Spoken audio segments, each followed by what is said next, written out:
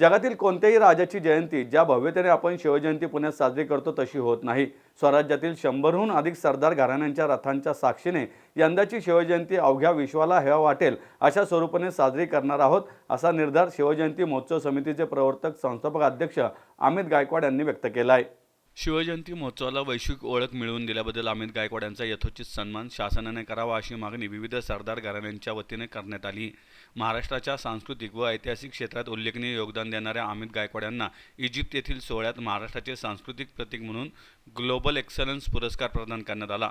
या निमित्ताने विविध सरदार घराण्यांच्या वतीने गायकवाड यांच्या सत्काराचे आयोजन केले होते। म्हात्रे पुलाजवळील स्वराज्य भूमी कृष्ण सुंदर गार्डन येथे आयोजित कार्यक्रमावेळी शितोळे, शिळीमकर, घोरपडे, घारे, गरुड, पासलकर, पवार, राजे साळुंके, शिंदे, गायकवाड, भोईटे, मोहिते, ढमाले, बाबर, साबळे, जगताप, जाधव, सोनवणे, शिर्के, वाबळे यांसह विविध उपस्थित असंख्य घराण्यांच्या वतीनं पिंपरी चिंचवड महापालिकेचे सभागृह नेते प्रशांत शितोळे, वरिष्ठ पोलीस निरीक्षक उल्हास कदम यांच्या हस्ते कोल्हापूरच्या अंबाबाईच्या मातेची प्रतिमा, शाल, पुष्पगुच्छ देऊन गायकवाडांचा सत्कार करण्यात आला। प्रशांत शितोळे म्हणाले, गेली 14 वर्षे अमित गायकवाड यांनी अभिनव संकल्पना प्रत्यक्षात साकारल्या, त्याचे आम्ही सर्व साक्षीदार आहोत।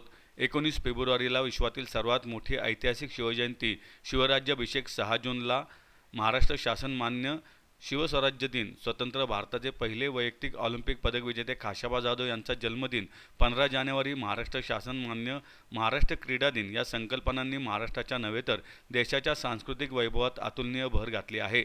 त्यांच्या या स्वराज्य कार्याबद्दल उद्योगनगरी पिंपरी चिंचवड व सांस्कृतिक नगरी पुणे यांच्या संयुक्त विद्यमाने अमित गायकवाड यांचा यथोचित सन्मान शासनाने करावा अशी मागणी आम्ही करू। माजी क्रीडा संचालक विजय संतान, शिवाजी साळुंके, राजेंद्र घुले यांच्या पुढाकाराने या कार्यक्रमाचे आयोजन करण्यात आले होते। अतिशय आनंददायी क्षण होता तो।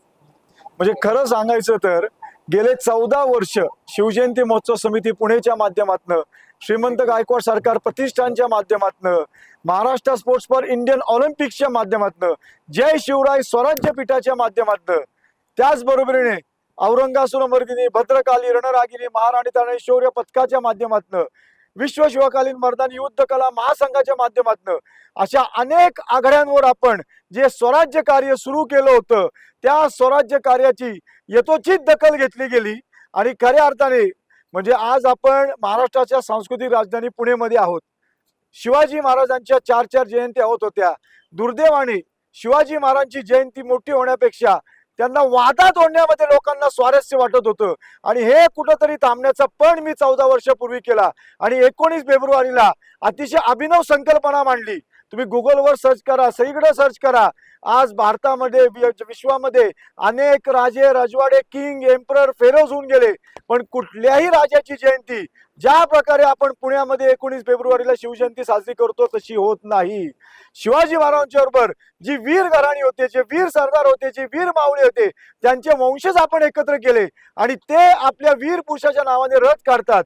पहिल्या वर्षी जिजाऊ मासाहेब शहाजी महाराज शिवज्योत रथाच्या नेतृत्वाखाली सरसेनापती वीरबाजी पासलकर, सरदार कान्होजी नेते, कृष्णाजी नाईक बांदल, यसाजी कंक, नरवीर तानाजी मालुसरे या 6 स्वराज्य रथांनी 19 फेब्रुवारी 2013ला विश्वातला पहिला ऐतिहासिक शिवजन्मोत्सव स्वराज्य रथ सोहळा सुरू झाला आणि आज मला अभिमानाने सांगायचं वाटते की 14व्या वर्षी तब्बल 150 अर्ज आमच्याकडे आणि 100 स्वराज्य रथांना शिवजयंतीला शिवाजी महाराजांना मानवंदन देणारा हा विश्वातला एकमेव आणि भव्य दिव्य सोहळा ठरलेला आहे। सर्वप्रथम अमित शेठ यांचं मनपूर्वक स्वागत आणि अभिनंदन की आपल्या मराठी माणसाला महाराष्ट्राचा सांस्कृतिक पुरस्कार सांस्कृतिक नगरे असलेल्या इजिप्तच्या गिझा शहरामध्ये हा पुरस्कार मिळतो आणि त्याच्यासाठी कारणीभूत लोकमत एक्सिलन्स ग्लोबल पुरस्कार हा त्यांना मानाचा पुरस्कार मिळतो।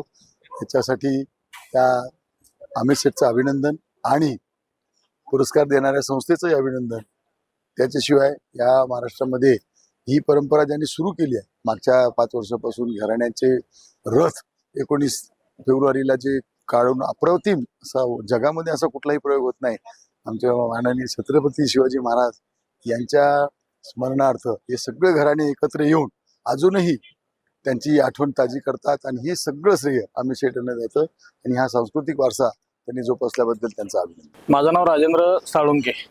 मी साळुंके जो स्वराज्य रथ चालू झाला आपल्या पुण्यामध्ये, त्यामध्ये आम्हाला सहभागी करून घ्यायला अमितदादांचं खूप मोठं श्रेय आहे. जे त्यांनी आता पुण्यामध्ये जे त्यांचं कार्य चालू आहे की सर्व छत्रपती घराणे आणि जी आपली जी सरदार घराणे आहे त्यांना एकत्र करायचं काम हे अमितदादांनी अतिशय चांगल्या आणि उत्कृष्टरित्या केलेलं आहे. आणि त्यांना जो तो पुरस्कार मिळालेला आहे आज गिझामध्ये इजिप्तमध्ये, त्याचं तो निव्वळ त्यांचा सन्मान नसून हा सगळ्या छत्रपती घराण्यांचा आणि स्वराज्याच्या ह्या सगळ्या मावळ्यांचा हा सन्मान आहे.